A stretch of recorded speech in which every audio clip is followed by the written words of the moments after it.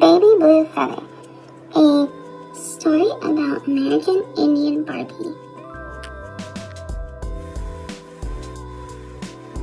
American Indian Barbie sits high above her village on a huge rock where her grandfather used to tell her his magical stories. She closes her eyes remembering his wise words. If an animal or bird appears in your waking hours or in your dreams, it means he has shown himself so that you can learn what he has to teach. His voice whispered in her head. Each creature carries his own special lesson. It's like a powerful medicine that fills each story with wisdom and magic. Barbie loved the many stories her grandfather had told her when she was a little girl, and now she is a storyteller. Barbie lived on the greatest plains at the edge of a thick forest in the Midwest, about the time the white men were building their first American towns in the East. She lived in a village with her mother, father, grandmother, her uncle, her aunt, and their child, Baby Blue Feather. Barbie loved to help care for the baby and have him close to her as she carried him on her back. Even though he was too young to understand, he would coo and grin as Barbie told her stories. Her voice was lyrical and sing-songy.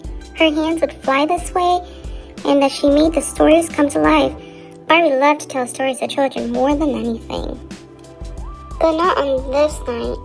Baby Blue Feather was very sick. Silently, she bent her mind to remember stories she could tell. Just then, a blue feather floated down from the sky and landed in her lap. "It's a sign," Barbie whispered. She leaped to her feet, ran to the baby's teepee, and gently placed a blue feather on the sleeping boy. When she returned, the children were eagerly waiting for her. Now she knew the perfect story to tell at this moment. The story of the blue feather. Once, when I was a very young girl, I went out to gather berries all by myself for the very first time. You know how very important it is to gather food and store it before Brother Winter comes. All of the children nodded their head.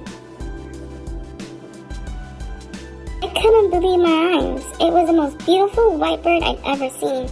It was as white as first snow except for one long, beautiful blue feather on the delicate creature's right wing.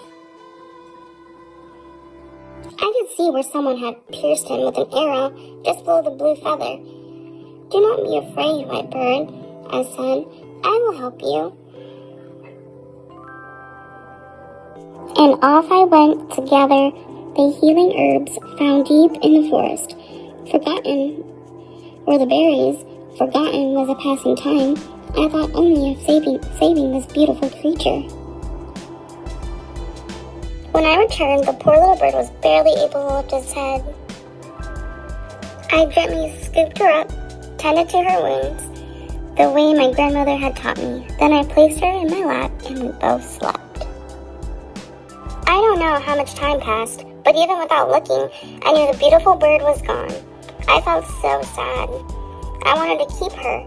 Yet, my heart was happy that she could fly away, that her wing was healed.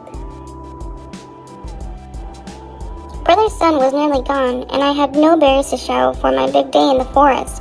I knew I would have to return to my home empty-handed, and I did not look forward to this disappointment. I would surely find upon my return. My heart was heavy.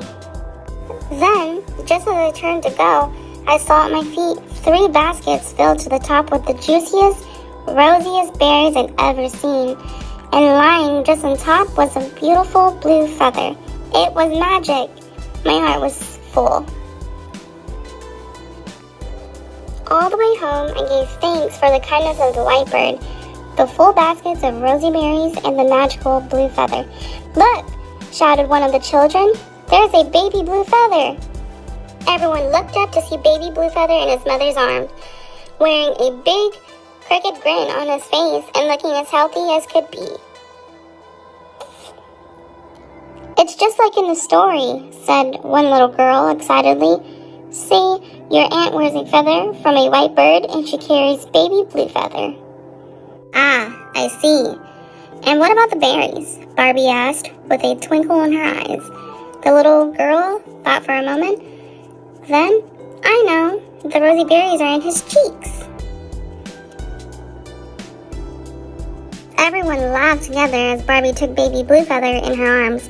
He squealed with delight at becoming the center of all the attention. Truly, his cheeks were rosy, and his eyes were filled with magic. Barbie knew in her heart that one day he, too, would learn of his rich American Indian heritage by listening to the lyrical, sing-songy voice of the storyteller.